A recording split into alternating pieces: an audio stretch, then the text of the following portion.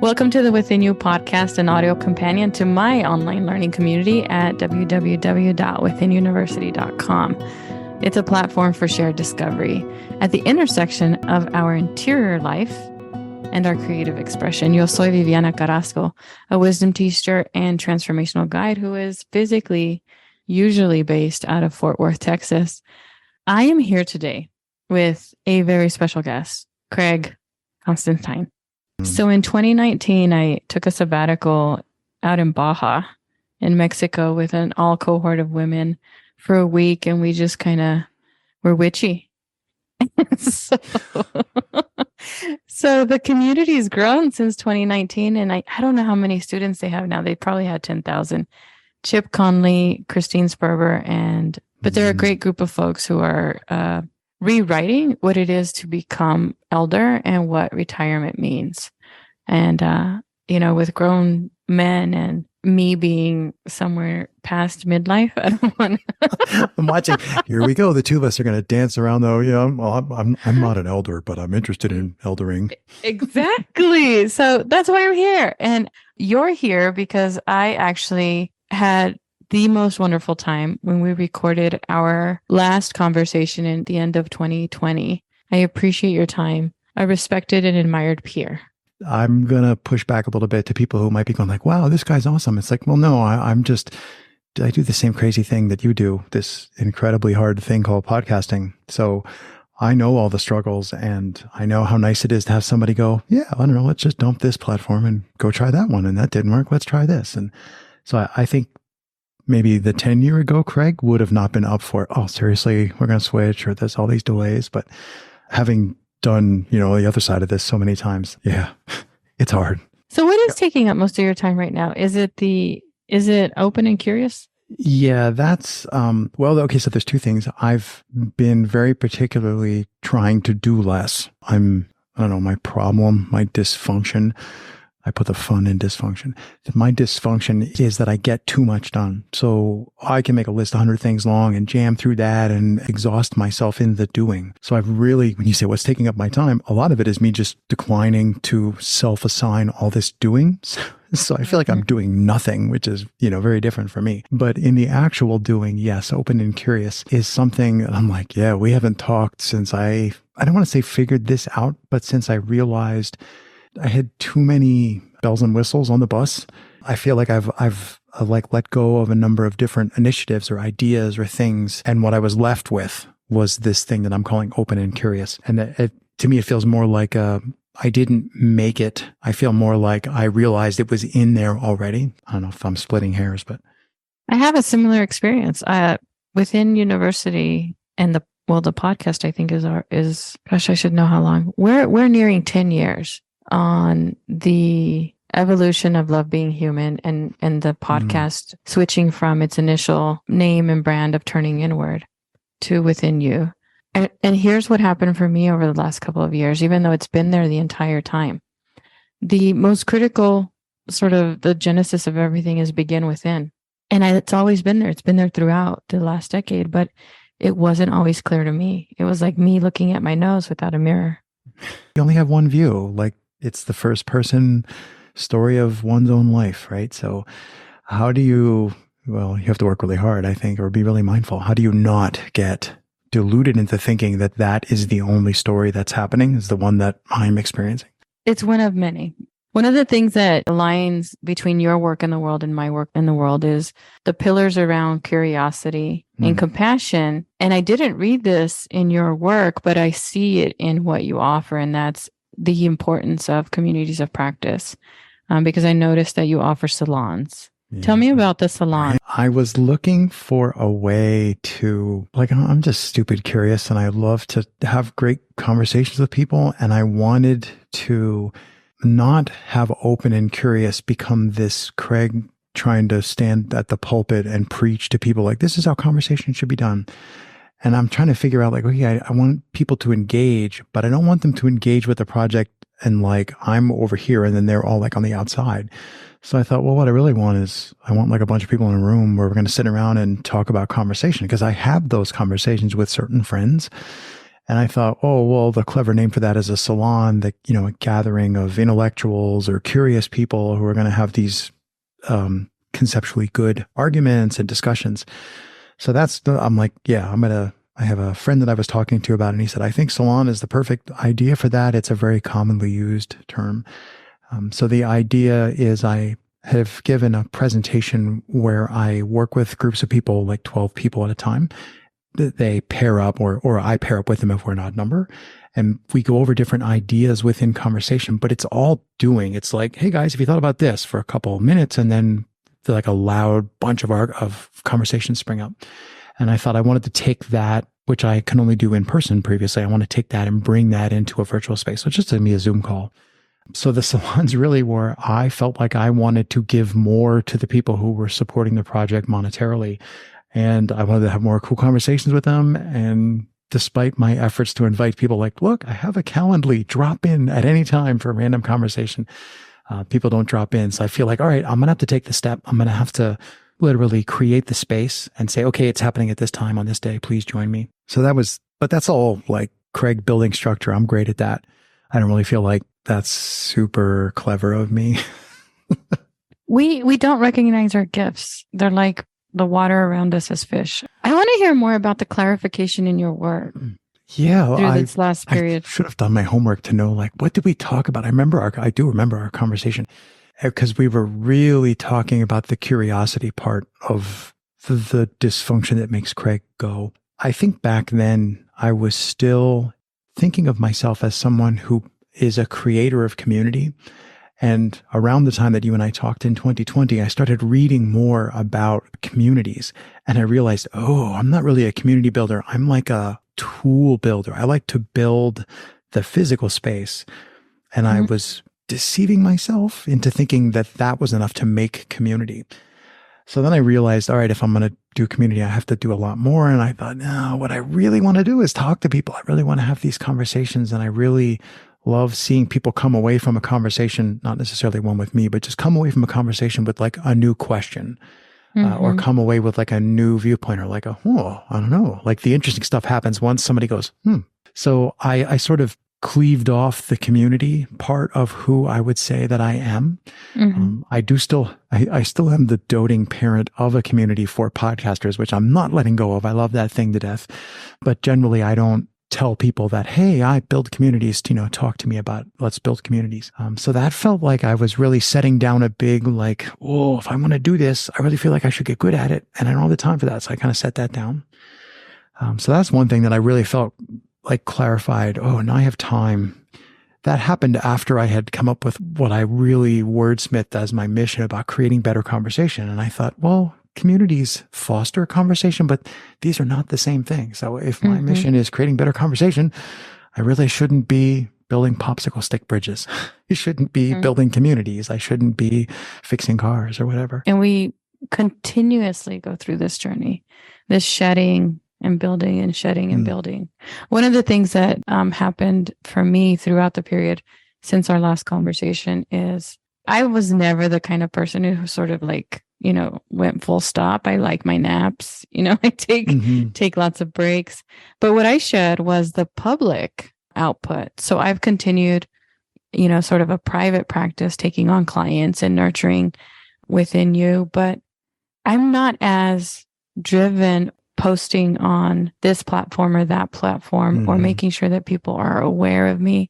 I have always sort of relied on organic, natural growth networks, that sort of thing. And it's challenging for me as a human being when I try to distract myself from what happens one-to-one and have more of my intent and my intention, wondering and thinking about how an outside person sees in. Does that make sense? Makes sense to me. I'm my own worst critic. I'm my own worst, the person who, like I'm the boss. I pile stuff on myself. And I've really been trying, like in this past few months into 2023, when I come to a stop and I have nothing that I have to do, I'm like, okay, this is where I should be all the time. And I know that I try not to get, not that I would get preachy, but I try not to like write these big blog posts about everybody should move toward not working. I'm like, everybody's situation is different. But for me, I did a lot of, doing, get up early, work 12 hours. I did a lot of doing. And now I think it's time for me to figure out how to grow beyond that or like let go of that. And I see people remodeling houses 2 over and I'm like, yep, I did that. And I'm not going to go stick my nose in, We talked about cycles and this being a naturally occurring sort of shedding. Do you also anticipate that you might go back towards, some project consumes your attention and then you're in it? Definitely. And I sometimes I have a habit of journaling daily, and I've been doing that really on a daily basis for like 10 or 12 years. So I have a habit of reading my old journal entries every morning. Not all of them. I like read like as a joke. I'm reading like 9 years ago and 1 year ago. And I feel like I'm watching a year ago. I recognize that person, but like the person from 9 years ago, I'm like, who is this idiot? Like, what are you doing? So I tend to, if I have an idea, like my first rule is I write it down, like, don't do it. Just like get it out of your head, Craig. And then the next day it's like, I'm still writing about this idea. By the third or the fourth day, it's like, okay, I think I'm going to have to do this thing because I clearly can't shut up about it. I've told, the void, I've written it to myself where I will see it years later. I know, like, I know that I'm writing this novel that I can read later. So I know it won't be forgotten. But I've also learned a lot of times I'm like, oh, this great idea. And I write it down. And then like 3 years later, I find the journal entry and I'm like, what was that even about? I can't even remember. What is that acronym that I wrote? I have no idea. So I think that's helped me a lot is like, this is the greatest thing ever. Yeah, that's just what my brain says today. Write it down, look at it in a couple days. And I have some little fun things that I want to do. And I'm like, okay, I'm excited to work on that. So I'll go work on that. There's a distinction between the supporting work in your life and the true work. And that you're identifying like, what is the pace that you survive at? And so, okay, you're not working 12 hours a day anymore. What are you doing? Yeah. What has distinctly changed from survival to, and what are you calling it now? What phase are you at now? I have the distinct luxury or privilege or luck of having a spectacular wife who has a day job. And in 2019, it transitioned to being working remote instead of her commuting like a half hour. So for years now, she's been working remotely and we've like forgotten what it's like. Goodbye, have a good day. And now it's just like she comes out after a meeting and we go for a walk or whatever. I call it team us. I don't actually have to be counting pennies and be worrying about details. We're far enough along that we can pretty much go where we want when we want. So like I said, that's obviously a privilege. That's a combination of luck and initial conditions and things.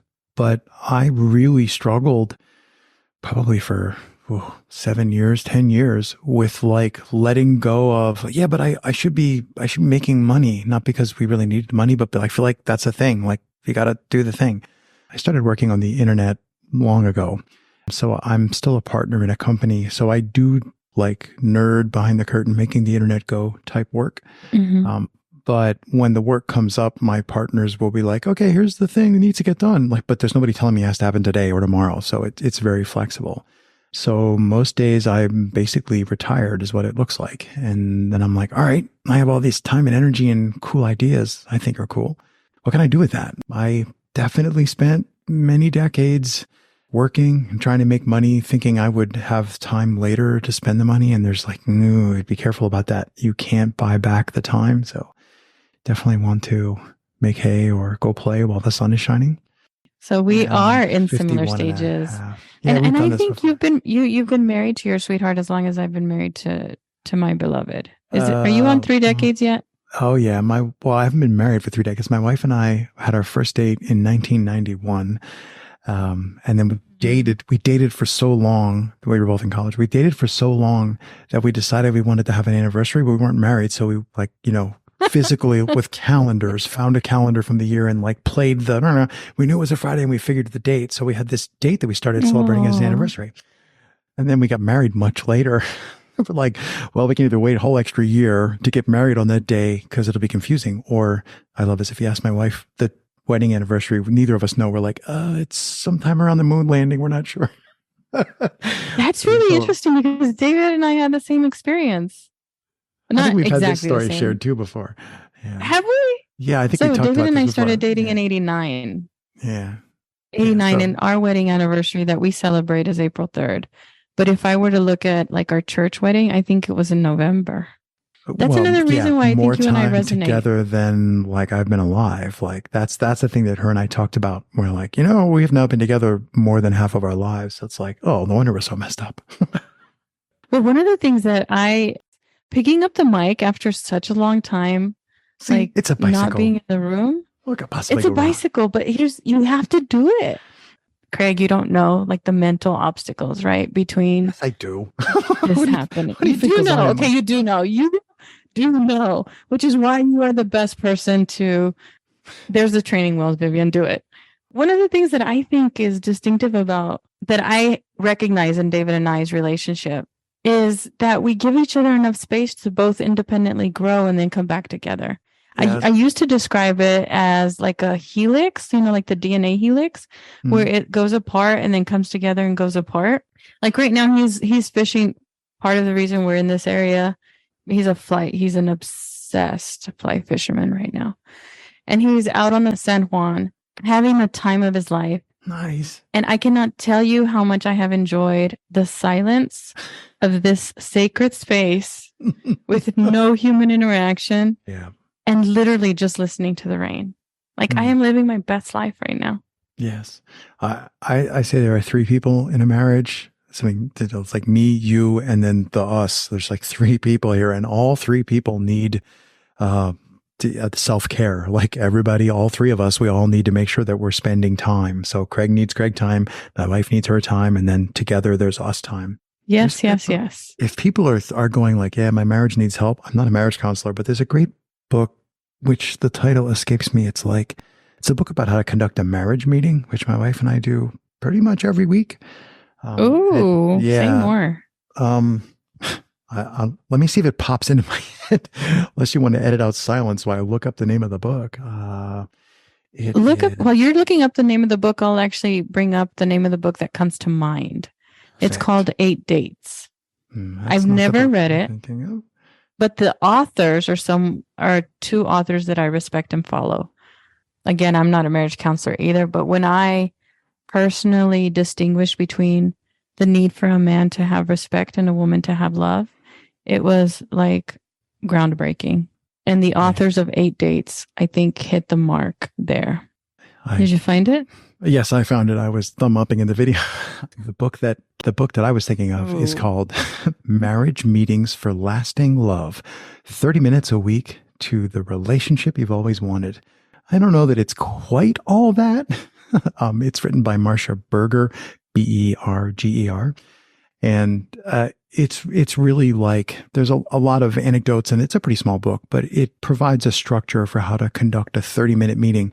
And when I first read this, I'm like, yeah, just what I need, a 30-minute meeting, right? But it actually works well. For the credit that it's due, it was my idea. I'm like, let's use this book. But it basically just encourages you to come together in a certain structure and express gratitude, and then express planning for good times and planning for chores, which can be as simple as like, we need to mow the lawn, but complex, like we spend a lot of time talking about how we're going to fix the roof. But it just makes you bring these good things and these bad things into the foreground. And then the last part of the meeting is about dealing with problems. And the idea of the whole structure is that you get used to spending time together, and you know that you're going to bring these things up. So you can bring up a really big problem, and we can just like put it in the middle and be like, okay, that's a problem. Okay, good meeting, break, and then work on it week after week.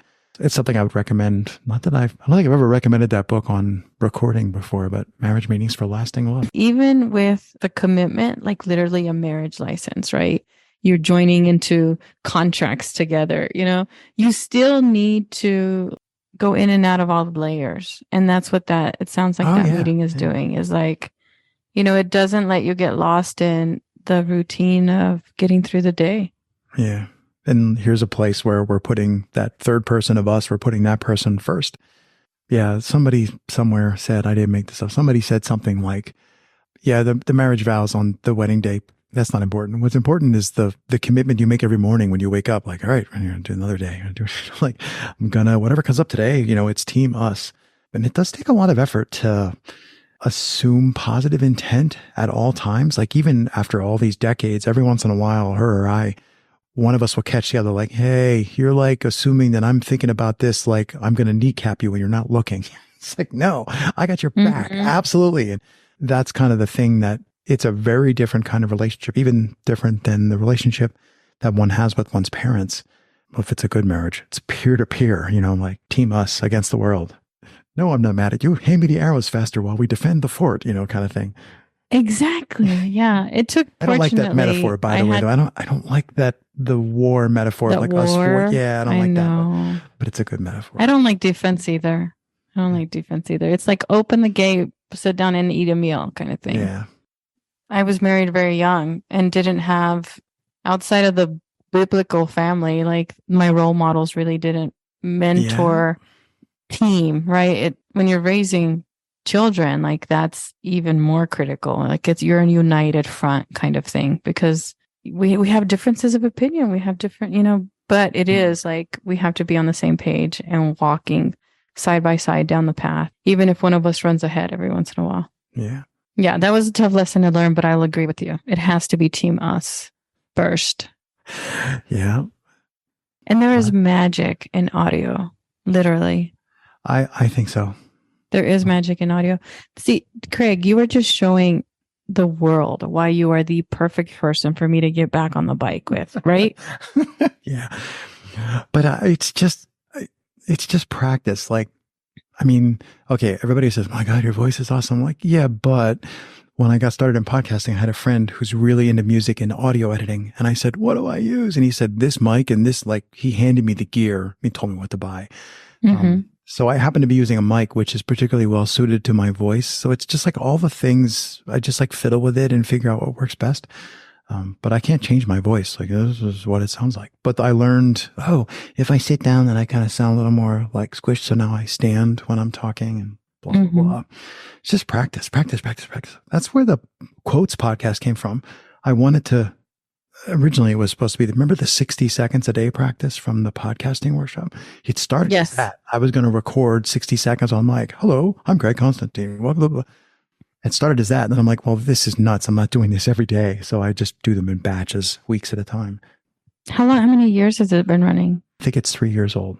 It's fun. I got to practice dramatic reading, or like learn, how do you do this? It's just like, you said you like to practice the hard thing. Like you do that by intention? Yeah. Oh, yeah. Well, there's the easy way and there's the hard way. Let's go the hard way. I'm the dude who runs up the steps next to the escalator. People are like, what are you doing? Yeah. I'm being an idiot, And this might be just a distinction in personality, because I think part of what is happening at our stages of life is that looping sort of around that refinement of us, right? Like if let's just say a rock being polished. It sounds like, tell me where I'm wrong or tell me in your own words. Like you pick the hardest thing because that's where the most growth is. What's drawing you towards the hardest thing? I think in the beginning, let's say in the teens and 20s, somewhere along the way, I picked up, I'm going to call it suicidal work ethic. Like just do all the, like just do it all. But that serves you really well when you have a lot of energy and you're young, you're made of rubber. You can just like work 12 hours. But when I started to look at, maybe in the 20s and 30s, I started to look at what I was accomplishing. I'm like, I did all this work. It's like a tempest in a teapot. And then that project or whatever got deleted. Like I didn't ever really do anything with that. So I spent all that effort. So after you do that a couple of thousand times, maybe you learn the lesson of like, maybe I should think this through. Like, is this worth doing? So I was kind of thinking like maybe having that moment in one's journey about like, oh, maybe I should be more mindful, more intentional about the challenges I take on. And then I discovered parkour. And depending on what you are imagining, or maybe you're searching the internet, what is parkour? Parkour. It's got a name in French called art du déplacement. Depending how you get into it and what you do, it can be just stupid people jumping off stuff like, dumpsters. Or it can be people, and these are who I fell in with, who really believe that you need to be strong in order to be useful, not just for yourself, but for everybody in general. And that there's a lot of this, like, if you say that you can do it, then go do it. If you say you can climb the wall, go climb the wall. Otherwise, shut up, So I fell in with this group that was very much about personal advancement and personal achievement. So some parkour has competition. I would say that's not parkour, but the people I fell in with were all about, I'm trying to make myself better. I'm not trying to do better than you because you're 20 and I'm 40 and that's never going to work. So just figuring out whatever activity they picked, what would it look like for me to try and engage in the same space, in like the same time, and the same energy? What would that be for Craig? And I think that was the key, was like this idea of not, I have to do whatever the thing is. So we're writing code or we're climbing walls. Instead, what would it be for me to be in that space? So people are climbing walls. What is it for me to be? Well, I need to just work on hang strength because my fingers are weak or whatever.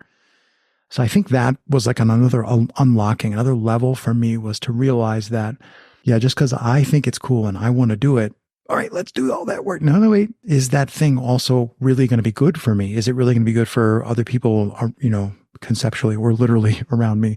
Is it going to be good for the world? Like, is that worth? I've been working on computers for decades. It's like that consumes energy. I could have done other things like electricity. I could have done other stuff with that. I could have run a soup kitchen, like whatever. So I didn't have any of that perspective until you get some perspective, I guess. Here's what I think is beautiful about this conversation for the folks that are listening is, so your drive is still to be better in relation to others, right? Community. My previous self. Yeah. I have a personal oath that talks about, and I'm not going to dig it up in detail, but my personal oath talks about, I'm only interested in how I am compared to who I was. I'm not comparing myself to other people in any way. And then if I catch myself doing that, I know I'm doing something wrong. So I think that's really important to me. It's like, no, how have I changed? Not, oh, well, I was like you once and here's what you should do next. Oh, that's horrible, Craig. So yeah, I think it's about self-awareness and I'm going to say self-reference, not like I have all the answers, but the measure is against myself. That's beautiful. At the same stage of life, the drive for me is to remove the layers of culture and of society, the shells that have grown around my own wanting and desire, and figure out what is most meaningful to me and most aligned with my values.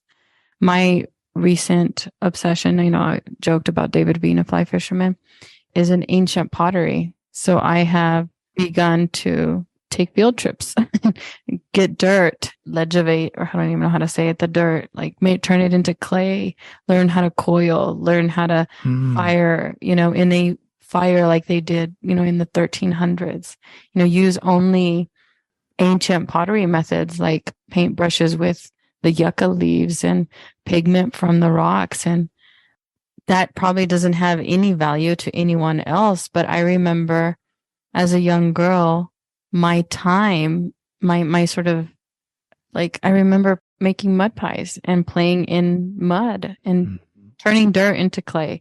And for me, honestly, there's also another meaning in what happens when the alchemy of the clay from the earth. That's like magic, right? You're like, how does this come from that? Yes.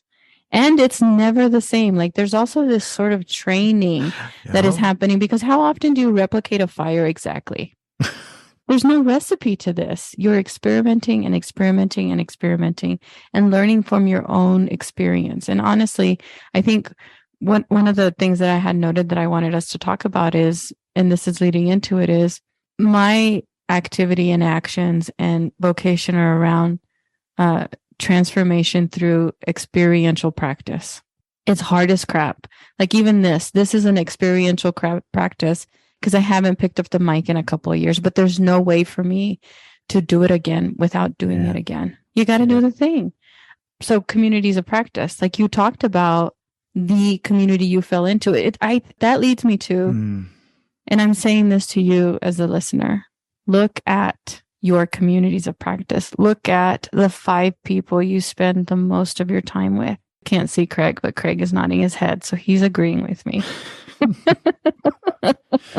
Somebody, it might be Stephen Pressfield, I think, wrote a blog post about the scene, SCENE. Where is the scene? And that's common to talk about and not like we're in a production, this is a scene in a movie. I mean, where do insert the people that you want to be? Where do they hang out? So the skateboarding scene is, I have no clue. I'm not a skateboarder. Mm-hmm. The writing scene is, I have no clue, I'm not a writer, but the parkour scene, oh, I know where that is on all the continents. I know where it is. Like, so I've talked to those people. I've been to a lot of those places. So one of the things that was helpful for me was I thought I was a community builder, but I'm like, well, where's the scene for community builders? There is one. And I went looking for it. I'm like, oh, this is not where I hang out. This is like a whole nother physical space, conceptual space, online space. I'm like, I don't want to do that. So that was Mm-hmm. the reason why I was like, community building isn't my thing, my jam. Conversation. I'm like, oh, where's the scene for that? And I'm like, I started dipping my toes in there. I'm like, oh, more of that. I want more of this thing. And here's the thing that happens when you're in the scene, when you identify the scene and you're in it. I recently did a 5-day workshop where we went through start to finish on ancient pottery. Mm-hmm. At one point, we were visiting an ancient ruin, and there's a dozen of us, and all of us are walking very slowly and methodically looking at rocks. Well, one of the other women says, and I related to this, like typically the people around me are like, could you hurry up or not another rock or put that thing down, you know? Yes. And I, when she said, oh my goodness, we are all of the same. You have this sense of belonging that does something to a human being where you no longer feel like sometimes the things that I'm interested in make me feel weird in comparison to the others that I'm around, right? You have to be in your scene.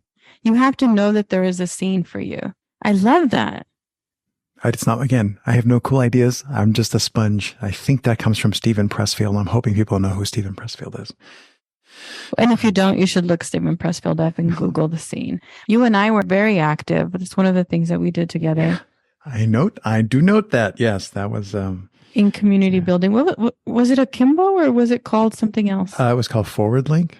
Forward Link, yes. How quickly we forget, right? Like we worked. I mean, I think you worked harder than me, but you worked really hard on that, and I worked pretty hard on it. So did other people. It wasn't just you and I, but yeah, we worked so hard on that. Yeah. And that's completely gone. And there are a couple of other communities that have sprung up from the different courses, have tried to create their own spaces.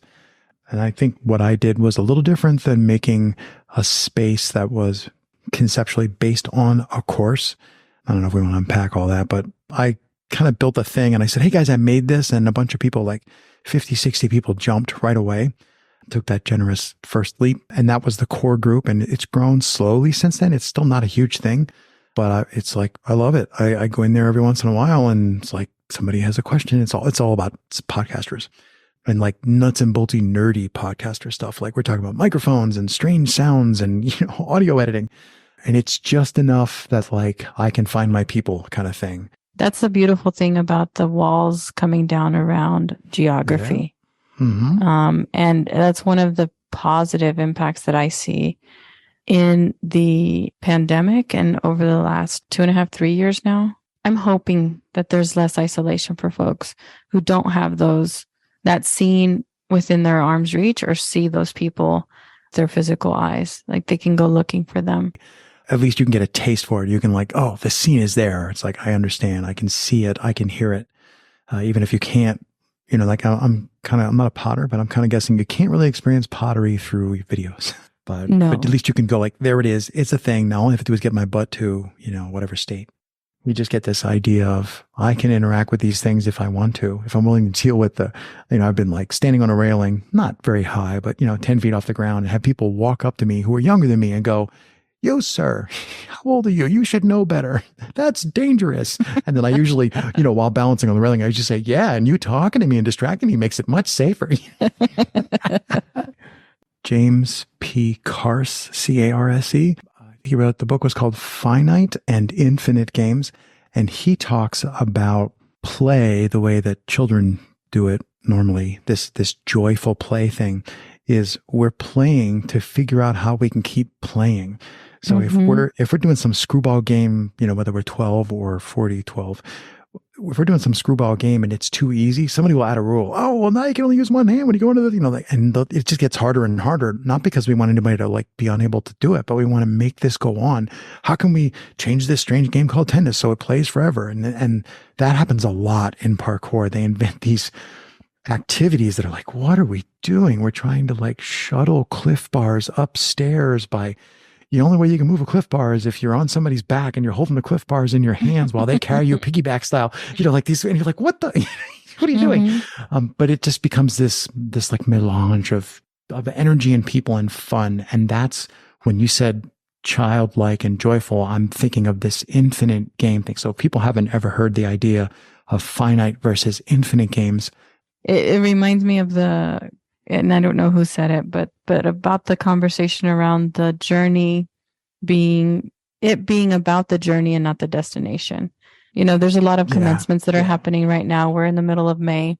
And one of the things that I finally experienced in my life, and I've heard connection through Seth Gimbo and Forward Link and Akimbo and the podcasters and the whole thing, is that he says commencement is the beginning and not the end. Yes, that's a great point that he makes.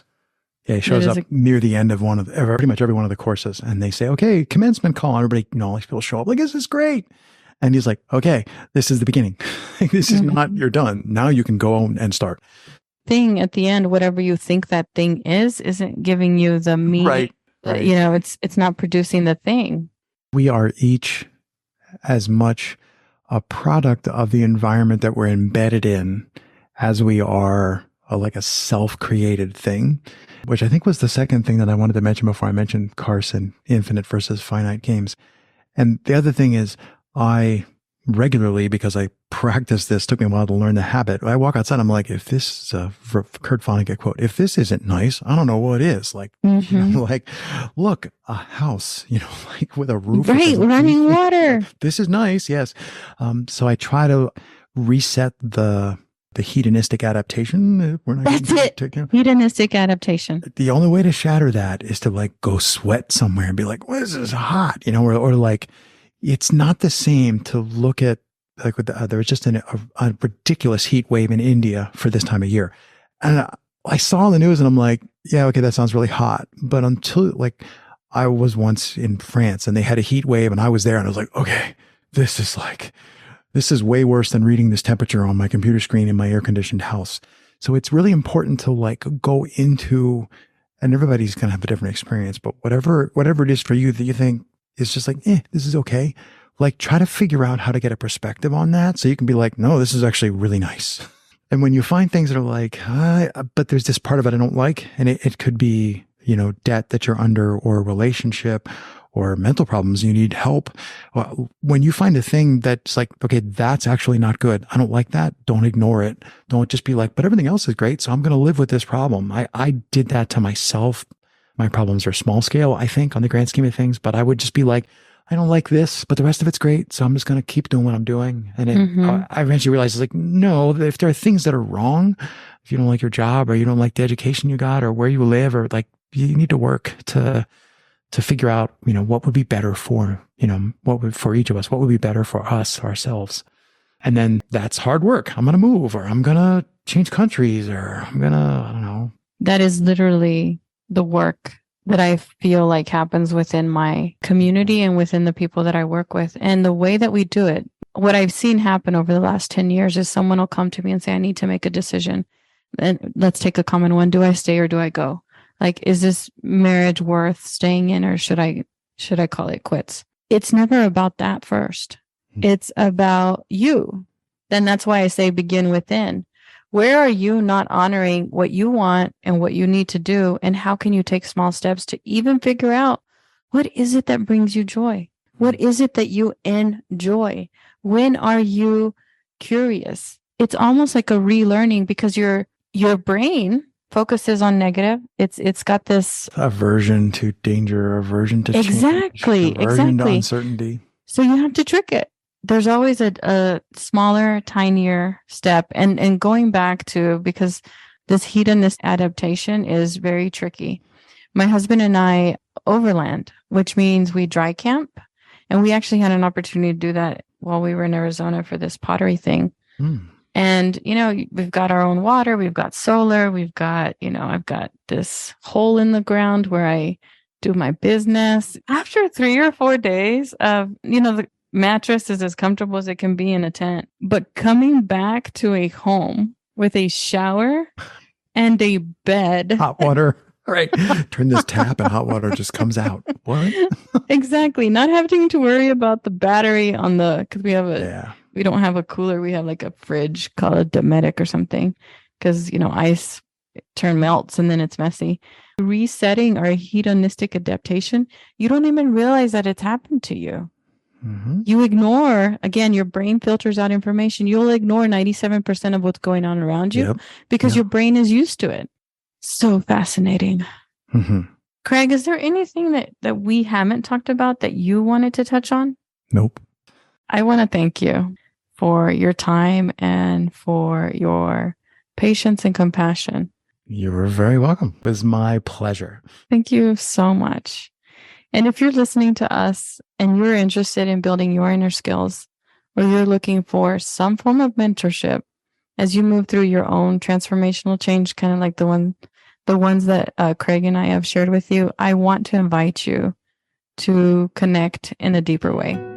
If you'll visit viviancarrasco.com/start-here, you can experience self-study, complementary experiences to a lot of the tools and strategies that I use personally and to help my clients move from their own head to their heart.